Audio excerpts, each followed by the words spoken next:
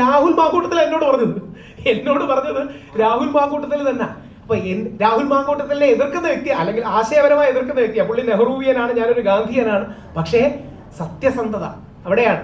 നമ്മുടെ കോടതികളിലെല്ലാം മഹാത്മാഗാന്ധിയുടെ ചിത്രം വെക്കുന്നത് ഈ സത്യം എന്നൊരു കാര്യം ഉള്ളതുകൊണ്ടാണ്.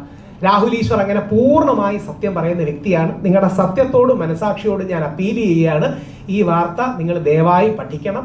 നിങ്ങൾക്ക് സത്യമെന്ന് തോന്നുന്ന കാര്യത്തെ ധൈര്യത്തോടെ പറയണം. ഇല്ല, സംസാരിച്ചു. ഇല്ല, ഇത് അപ്പോഴും ഞാൻ ഇത് പറഞ്ഞു.